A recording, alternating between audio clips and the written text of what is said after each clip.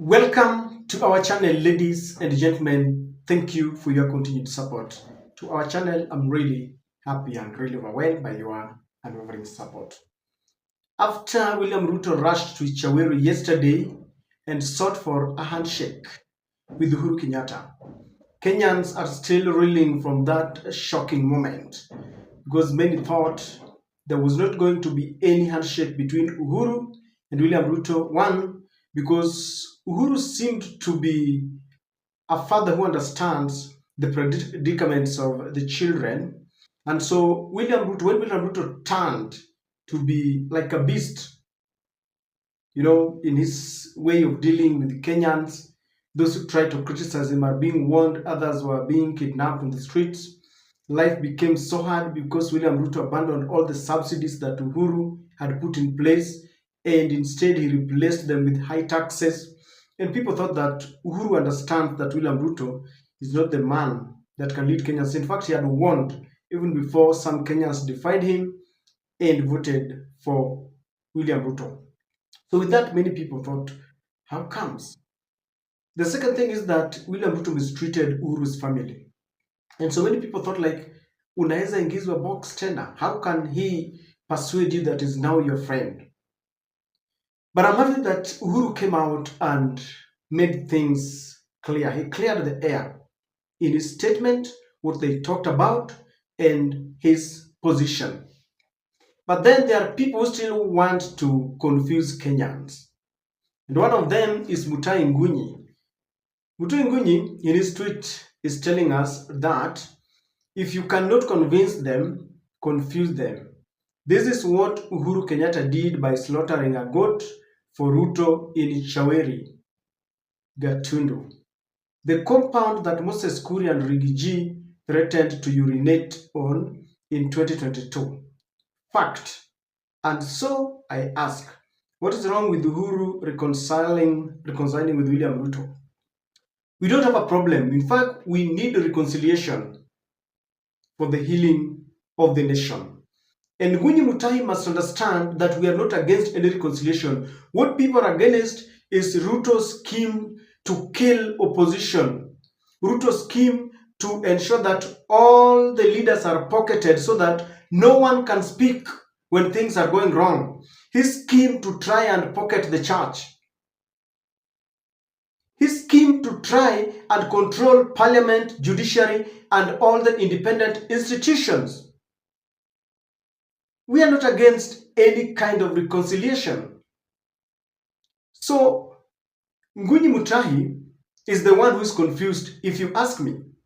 Because Uhuru never confused any person. It was State House that wanted to confuse us. When they released a statement that was half-baked, they were very economical with the truth. Because when State House released their statement, it was a confusing one. In fact, people were left wondering, they have agreed to continue mistreating Kenyans until the office of the fourth president released a counter statement telling us what they talked about. And Uhuru told us, we were talking about what Kenyans have given me, what Kenyans are complaining about, like high taxes, mistreatment of those who are perceived to be in the opposition, IEBC, and all that. So I do not think that Uhuru Kenyatta confused anyone, if you ask me, or from your end. Do you think Uhuru Kenyatta confused anyone? If anything, Kenyans are very clear in their minds. They told Uhuru and William Ruto, in case you have agreed to move together, we are not boarding. That was the statement from Mount Kenya. That was the statement from Kenyans. We are not boarding. No one is going to deny you an opportunity to, go for handshakes. You can go for meetings. If anything, we have always known that all the political class are the same. Friends of today become enemies of tomorrow. And enemies of today become friends of tomorrow. The other day it was Rigathi Gachagua telling Raila, nimeweka mtego. Today it is Raila bragging, mtego wako ilikunasa wewe mwenyewe. And as they betray each other, as they form political realignments, we are not part and parcel of it. They don't think of us. If there is a body that is confused after the Ishawiri and handshake, it is the broad-based government. Because now they are fighting. In fact, someone was telling me God is answering our prayers. God has made them to be confused. They are now fighting each other. And if you are to know that there is a lot of confusion in the broad-based government, not Kenyans, because according to Ngunyi Mutahi, he feels that Kenyans have been confused. He feels that Mount Kenya is confused. No. Kenyans have got a position. We are not boarding. Now look at what Robert Alai is saying if you want to know that it is the broad-based government that is confused. So Robert Alai was reacting to some publication from the Standard. The Standard newspaper had said that multiple sources close to both Ruto and Uhuru described the talks as a handshake-like arrangement. Uhuru is expected to recommend names of his allies for potential appointments as principal secretaries and cabinet secretaries. And when that news reached the public, one person was not happy, Robert Alai. And Robert Alai is a senior member of ODM. So this is what Robert Alai was telling us. Uhuru is out of government but gets appointments again. Kazi kwa wadosi again. Hello, William Samoei Ruto. Uhuru served his 10 years. Most of the senior civil service cadres is splintered by Uhuru and Kibaki men and women. Was this, you will mess big time. And I want us to read another tweet, but before I read, don't you agree with me that if there is a body that is confused, it is not Kenyans, it is not Mount Kenya, it is the ODM. They have gotten wind that Mutahi Kagwe, because that is what has been going viral, is about to be appointed as the Interior Cabinet Secretary. Ruto wants to do that to try and confuse Mount Kenya, to try and confuse Nyeri, because Mutahi Kagwe is a senior politician. He performed well during the COVID. He was in the health ministry, and he comes from Nyeri.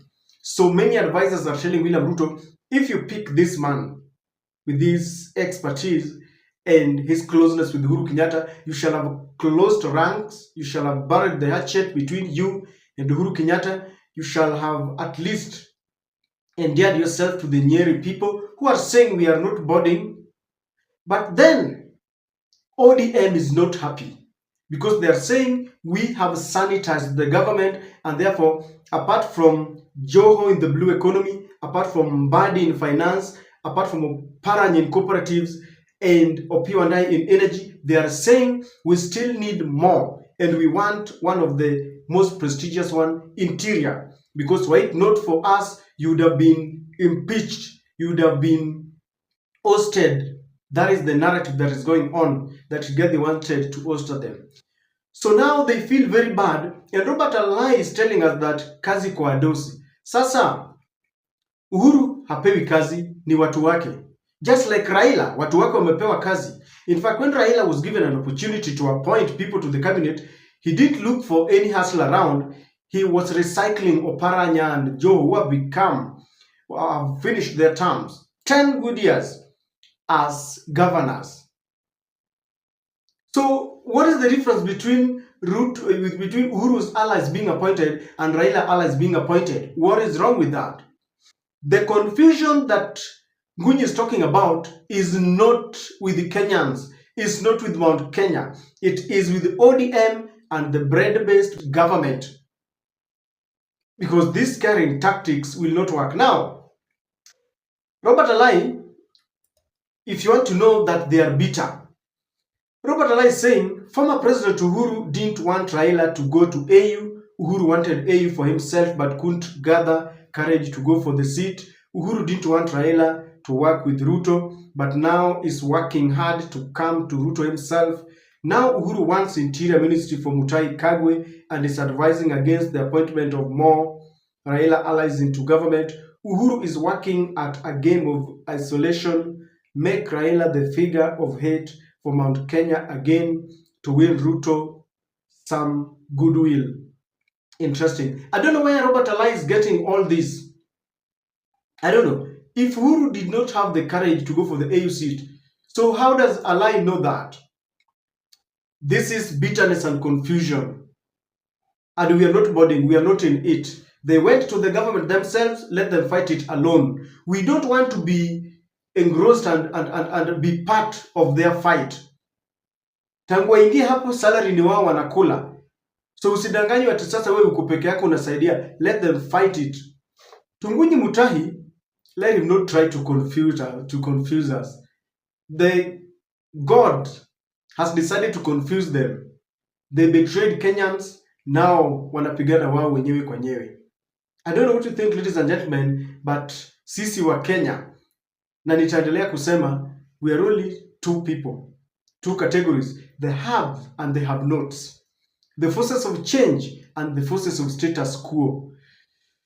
You cannot tell us that some people are confused. In fact, Kenyans are ready. Those who want to board, let them board. But those who want to remain, we are waiting for 2027. And we have a date with the political class. They will not believe it. They will not believe it because our train has left. Do you agree with Ngunyi Mutahi that Uhuru confused anybody? Or do you agree with my theory that it is the ODM, the broad-based government, that is confused? They are fighting among themselves. Do you agree with me that we are not part of that fight? Please share with me your thoughts on the comment section. Don't forget to subscribe, share, like, and continue supporting the channel. Thank you, ladies and gentlemen.